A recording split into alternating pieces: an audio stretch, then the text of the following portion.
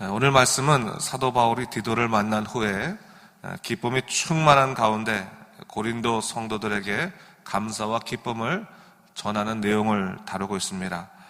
본문에는 고린도 성도들을 향한 사도 바울의 깊은 애정과 또 목자의 사랑이 잘 나타나 있습니다. 사도 바울은 고린도 성도들에게 이 세상에서 어떻게 거룩한 하나님의 자녀로서 살아가야 하는가를 잘 가르쳐주고 있습니다.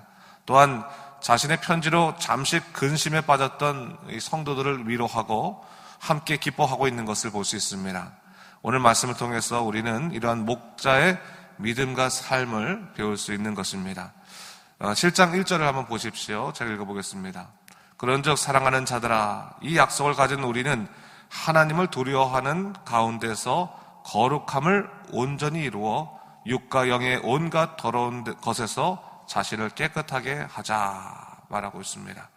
우리가 믿음 생활하면서요, 잊지 말아야 할 것은 바로 하나님의 사람들은 하나님의 약속을 가진 사람들이다 라고 하는 것을 잊지 말아야 됩니다. 그 믿음의 선물을 하나님께서 우리에게 주셨습니다. 이 약속 때문에 우리는 하나님을 아버지로 모시게 되었고 하나님의 자녀로서 복된 삶을 살아갈 수 있게 되었습니다. 그런 복된 삶을 살아가는 하나님의 자녀들이 반드시 해야 될 삶이 뭐냐? 거룩함을 추구하는 삶입니다. 여기서 거룩함을 온전히 이루라고 얘기하고 있는데, 여기 온전히 이루라고 하는 말은 철저하게 주님께서 원하는 사람으로 설 수 있도록 힘쓰고 애쓰라라고 하는 것을 얘기하고 있는 겁니다. 여러분이 세상 속에서 살아갈 때도 세상적으로 성공하기 위해서 얼마나 많이 애쓰고 힘씁니까? 근데 하나님의 사람으로 살아갈 때 우리 힘씀과 애씀이 없으면 여러분 안 되는 겁니다. 물론 성령 충만해서 성령의 의지에서 우리가 믿음으로 바로 사는 것은 마땅한 일이지만, 그러나 그 성령에 의지하여 애쓰는 삶이 또한 우리에게 있어야 되는 것입니다. 그 애쓰는 삶의 가장 큰 근거가 뭐냐? 오늘 본문 보니까 하나님을 두려워하는 가운데서 그렇게 얘기하고 있습니다. 여러분, 이것은요, 우리가 분명히 알아야 할 것이 뭐냐면, 세상을 두려워하는 사람들은 하나님을 두려워하지 않습니다. 반면에 하나님을 두려워하는 줄 아는 사람들은 세상을 두려워하지 않습니다. 무엇을 우리가 선택할 것인가는 우리의 신앙과 연결되어 있습니다. 하나님을 두려워할 줄 아는 사람들은 이 세상의 일들에 대해서 담대할 수 있습니다. 또한 어떠한 일 가운데서도 우리가 그것을 감당할 수 있는 용기가 생깁니다. 반면에 세상의 눈치를 보고 사람들의 눈치를 보는 사람들은 하나님의 그런 마음을 생각하지 못합니다. 그래서 영적으로 어긋날 수밖에 없습니다. 오늘 본문에서 사도 바울은 그것을 얘기하고 있는 것입니다. 너희가 하나님을 두려워하는 사람들이라면 거룩함을 온전히 이루는 삶을 살아야 되는 것이 아니냐. 그래서 육과 영의 온갖 더러운 것에서부터 너희 자신을 깨끗하게 해야 되는 삶을 살아가야 하는 것이 아니냐. 그것을 얘기하고 있는 것이죠. 당시 고린도에요, 여사제들이라고 말하는 창녀들이 3,000명이 있었습니다. 그런데 이 고린도 성도들 가운데서는 믿지 않는 친구들이 초대하는 사교 파티에 참석하기 위해서 우상의 신전에 가는 사람들이 종종 있었다고 합니다. 사실 고린도 교회 신자들은 항상 음란하고 향락적인 사회에 많은 유혹을 받아야만 했습니다. 어떻게 보면 직장 상사들이 대부분 우상을 섬기는 사람들이었기 때문에 그들과 교제하기 위해서 어쩔 수 없이 이런 사교 파티에 가야 됐을지도 모르겠습니다. 헬라 철학의 인본주의적 사상의 틈바구니에 끼어서 어떻게 보면 예수님을 부끄러워하는, 또한 예수님을 안 믿는 척하는 사람이 있었을지도 모릅니다. 그래서 자기도 모르는 사이에 영과 육이 더러워져서 영적인 분별력을 잃고 맛 잃은 소금과 같이 되어버린 사람이 있었을 수도 있습니다. 그래서 사도 바울이 육과 영의 온갖 더러움에서 너희 자신을 깨끗이 하라고 얘기하고 있는 것입니다. 여러분, 오늘날 우리가 사는 이 사회도 어떻게 보면 고린도와 별반 다를 바가 없는 겁니다. 수많은 우상의 것들과 음란한 것들이 오늘 믿는 자들의 신앙을 위협하고 있는 것이 사실입니다.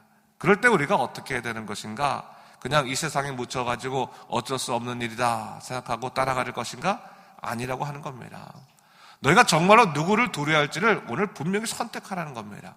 하나님을 두려워하는 삶을 살라고 하는 겁니다. 하나님을 두려워한다면 더 이상 이 세상 속에서 죄로 인해서 썩어져가는, 거의 너희 인생을 그대로 방관하지 말라고 하는 겁니다. 지키라고 하는 것입니다. 시편 기자도 119편 9절 말씀에 청년이 무엇으로 그 행실을 깨끗이 하리까? 주의 말씀을 따라 삼갈 것이니라 라고 말하고 있어요. 너희가 정말로 하나님을 두려워하고 믿음으로 살고 싶다면 하나님 말씀 붙들고 그 말씀에 입각해서 살아가라. 그러면 우리가 담대해진다라고 하는 것을 얘기하고 있는 거죠. 여러분, 하나님 말씀에 우리가 든든히 서가면 우리는 세상에 담대할 수 있습니다. 왜? 하나님의 약속을 우리가 우리 삶 가운데 허락받은 믿음의 사람들이기 때문에 우리 지지 아니하는 것입니다. 오늘 하나님 말씀으로 세상에 지지 않는 영적인 사람 되기를 주님의 이름으로 축원합니다. 오늘 2절을 보니까요, 사도 바울이 이제는 자신과 고린도 교인들 간의 개인적인 그런 이야기를 다루고 있는 것을 볼 수 있습니다. 2절 말씀 보니까 마음으로 우리를 영접하라. 우리는 아무에게도 불의를 행하지 않고 아무에게도 해롭게 하지 않고 아무에게서도 속여서 빼앗은 일이 없노라 말하고 있어요. 6장 13절에서도 고린도 교인들에게 마음을 넓히라고 호소한 적이 있죠. 자, 어떻게 보면 사도 바울이 이 오해를 받아서 고린도 교인들로부터 마음이 닫혀있는 그 상황이 참으로 가슴 아팠는지도 모르겠습니다. 그래서 이제는 우리를 영접하라, 받아들이라 라고 이야기하고 있는 것입니다. 사도 바울은요, 디도로부터 고린도 성도들의 소식을 들었습니다. 그들 대부분의 사람들이 이미 바울에 대해서 오해를 풀고 있는 것을 볼 수 있었다고 하는 것을 바울이 소식을 듣게 됐습니다. 그러나 그 중에는 아직까지도 바울에 대한 오해를 풀지 않고 마음으로 용납하지 않는 사람들이 있었던 것 같습니다. 대적자들은 바울이 사람을 불공평하게 대한다고 비난을 했습니다. 또 사도 바울이 가르치는 그리스도인의 자유가 오히려 양들을 해롭게 한다고 그렇게 비난했습니다. 그래서 여기서 속여 뺏는다라는 말이 나오는데, 속여 뺏는다고 하는 것은 아마도 구제 헌금을 모으는 과정에서 생겨난 비난이었던 것 같습니다. 이러한 말들이 성도들의 오해를 샀고 또한 사도 바울의 마음을 아프게 했던 것입니다. 그래서 사도 바울이 말하고 있는 겁니다. 나는 아무에게서도 불의를 행하지 않고 아무도 해롭게 하지 않고 아무도 속여서 빼앗은 일이 없다라고 말을 하고 있는 거죠. 그러면서 3절에서 이렇게 말합니다. 내가 이 말을 하는 것은 너희를 정죄하려고 하는 것이 아니라 내가 이전에 말하였거니와 너희가 우리 마음에 있어 함께 죽고 함께 살게 하고자 함이라. 내가 화가 나서 이런 말을 지금 하고 있는 것이 아니다. 나는 너희와 더러 완전히 관계성을 회복하여서 함께 더불어 있고 싶고 또 함께 주님을 위해서 죽고 싶기 때문에 이런 말을 하고 있는 것을 너희가 분명히 기억해 주었으면 좋겠다. 그렇게 지금 얘기하고 있는 겁니다. 사도 바울도요, 서로가 신뢰하지 못할 만큼 관계가 틀어져 있는 것을 참으로 고통스럽게 생각했습니다. 그러나 오늘 디도를 통해서 무엇을 깨닫게 된 것입니까? 그들이 회개의 소식을 듣고 난 다음에 다시 한번 그 고린도 교인들을 신뢰하고 우리가 영적인 기쁨 가운데 우리가 하나가 되자라고 권하고 있는 것을 볼 수가 있습니다. 오늘 사도 바울의 위로와 기쁨이 무엇입니까? 5절 한번 보세요. 우리가 마게도냐에 이르렀을 때에도 우리 육체가 편하지 못하였고 사방으로 환난을 당하여 밖으로는 다툼이요 안으로는 두려움이었느라. 사도 바울은 이 마게도냐에 오기 전까지 에베소에서 눈물로 훈계의 편지를 써서 디도편으로 고린도에 보냈습니다. 그리고 드로아에서 디도를 만나기로 하고 약속을 했습니다. 그러나 디도가 예정한 날짜에 오지 않았습니다. 사도 바울은 심령이 편치 않아서 마게도냐로 건너갔습니다. 근데 오늘 이 본문 말씀처럼 이 마게도냐에 왔을 때 바울의 육체의 피로가 너무 강해져서 건강이 악화되는 상태에 이르게 됐습니다. 뿐만 아니라 바울을 죽이려고 하는 사람들의 모략을 그가 듣게 됐습니다. 그리고 밖으로는 불신자들과 싸워야 되고 안으로는 고린도 교회에 대한 염려와 두려움에 시달려야만 했습니다. 사도 바울이 영적으로 지쳐있는 가운데서 6절을 보십시오. 그러나 낙심한 자들을 위로하시는 하나님이 디도가 옴으로 우리를 위로하셨으니. 사도 바울이 너무나 힘이 들어서 모든 것을 다 내려놓고 싶을 때 그때 사도 바울의 위로와 기쁨이 어디서부터 왔다고 말합니까? 디도가 옴으로 내가 위로를 받았는데, 하나님의 위로를 받았는데 그 위로의 내용이 뭐냐? 7절 말씀도 보겠습니다. 그가 온 것뿐 아니요 오직 그가 너희에게서 받은 그 위로로 위로하고 너희의 사모함과 애통함과 나를 위하여 열심히 있는 것을 우리에게 보고함으로 나를 더욱 기쁘게 하였느니라. 사도 바울의 기쁨은 어디서부터 오는 것입니까? 고린도 교인들의 회개함을 통해서 그들이 영적으로 회복되고 있다고 하는 그 소식 하나가 다른 모든 것을 다 잊게 할 정도로 그의 마음을 크게 기쁘게 했다라고 얘기하고 있는 것입니다. 목자들의 기쁨에 대해서 얘기하고 있는 것이죠. 아울러서 하나님의 기쁨도 이와 같습니다. 하나님께서 우리가 회개함으로 주님의 뜻대로 살려고 하는 그 삶을 살게 되면 그 마음을 기뻐하시고 얼마나 그 기쁨들이 큰지를 오늘 사도 바울을 통해서 또한 보여주고 있는 것을 볼 수가 있습니다. 그러면서 오늘 사도 바울이 한 가지 이야기를 하고 있는 것을 볼 수 있습니다. 사도 바울이 이 고린도 교인들을 향해서 마음이 불편한 것이 하나 있었습니다. 그 불편한 것이 뭐냐면 그가 고린도 전서를 쓰고 난 다음에 고린도 후서 그 가운데서 준엄한 편지라고 하는, 눈물의 편지라고 하는 편지를 하나 쓰게 되는데, 그때 이 고린도 교인들이 갖고 있는 잘못들을 아주 준엄하게 야단을 치면서 편지를 하나 쓰게 됩니다. 근데 그 편지를 보내고 나서 사도 바울이 내가 이 편지를 괜히 써가지고 저 사람들 너무 근심케 하나라고 하는 그 고민이 있었던 것 같습니다. 근데 오늘 9절 말씀은 뭘 얘기하고 있습니까? 여러분 9절 말씀을 제가 볼게요. 내가 지금 기뻐함은 너희로 근심하게 한 까닭이 아니요 도리어 너희를 근심함으로 회개함에 이른 까닭이라. 너희가 하나님의 뜻대로 근심하게 된 것은 우리에게서 아무 해도 받지 않게 하려 함이라. 사도 바울은 고린도 성도들이 잠시 근심하였지만 그 근심으로 회개하게 되었음을 참으로 기뻐하고 있어요. 하나님의 뜻은 이런 거구나. 잠시 근심해도 하나님께서 다시금 우리를 회복시키시면 그것이 가장 큰 기쁨이구나. 그것을 생각하게 된 겁니다.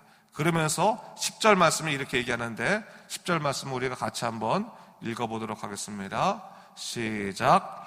하나님의 뜻대로 하는 근심은 후회할 것이 없는 구원에 이르게 하는 회개를 이루는 것이요 세상 근심은 사망을 이루는 것이니라. 하나님의 뜻대로 하는 근심이 있습니까? 없습니까? 있다고 하는 겁니다. 또한 세상 근심도 있다고 하는 겁니다. 모든 근심이 다 똑같지 않습니다. 하나님의 뜻대로 하는 근심은 회개를 통하여 구원에 이르게 하는 놀라운 역사를 이루지만 세상 근심은 사망에 이르게 합니다. 이런 근심하는 것 자체를 걱정하지 마시고 혹시나 내가 지금 근심할 때 더욱더 하나님을 바라보게 하시고 하나님만 사모하게 했다면 그것은 하나님 뜻대로 하는 근심이라고 생각하시고 더욱더 주님 붙드시는 여러분 되시 바랍니다. 그 하나님의 뜻대로 하는 근심이 얼마나 소중하냐? 11절 보니까 이렇게 얘기하고 있습니다. 보세요. 보라, 하나님의 뜻대로 하게 된 이 근심이 너희를 얼마나 간절하게 하며 얼마나 변증하게 하며 얼마나 분하게 하며 얼마나 두렵게 하며 얼마나 사모하게 하며 얼마나 열심히 있게 하며 얼마나 벌하게 하였는가. 너희가 그 일에 대하여 일체 너희 자신의 깨끗함을 나타내었느니라. 영적으로 책망받아 근심할 때도 우리 회개하고 주님 뜻대로 살아가게 되고 또 언제 바로 서게 됩니다. 아울러서 여러분, 하나님께서 혹시 우리에게 어떠한 근심을 주셨을 때 그 근심이 내 마음에 큰 고통이 있지만 더욱더 주님 의지하게 됐다면 여러분 하나님이 주셨다고 생각하시고 그 근심 가운데서 주 예수 그리스도를 믿으시고 또 그 십자가를 붙드신 여러분 되시기 바랍니다. 그러면 됩니다. 근심 때문에 고민하지 말고 그 근심을 통해서 하나님을 바라보게 하신 그 놀라운 은혜를 감사하고 그것을 영적인 도약의 계기로 삼으시면 됩니다. 그것을 얘기하고 있는 겁니다. 사도 바울은요, 이 고린도 교인들의 변화를 보면서 하나님께 감사했습니다. 이전의 모든 상처도 다 기쁨으로 변했습니다. 그러면서 목자의 마음이 회복되면서 12절에서 이렇게 말하고 있습니다. 12절 말씀 보세요.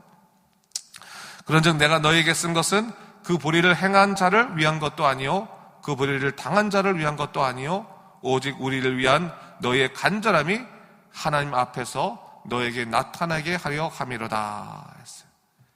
사도 바울이 눈물의 편지를 보내면서 가장 바랬던 것은 단순한 징계가 아니라 바울에 대한 고린도 성도들의 사랑과 진심을 확인하려고 하는 것이었죠.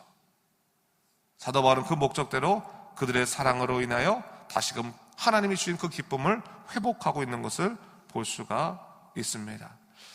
여러분, 우리가 살아가는 동안 때때로 많은 유혹과 근심이 찾아올 수 있습니다. 그러나 그 유혹과 근심에 우리가 걱정하지 말고 그 유혹은 온전히 하나님 뜻대로 말씀에 입각해서 그것을 완전히 차단해버리고 완전히 그것을 공격하는 것을 우리가 대처하여서 승리하고, 또한 우리 마음에 있는 온갖 근심은 세상적인 근심이라면 그것은 버리고 하나님이 주신 근심이라면 오로지 주님만 바라보고 믿음으로 살아가는 것이 마땅한 삶일 것입니다. 오늘 다시 한번 그 마땅한 믿음의 삶을 열심히 살아가는 여러분 되시기를 주님의 이름으로 축원합니다. 기도하겠습니다.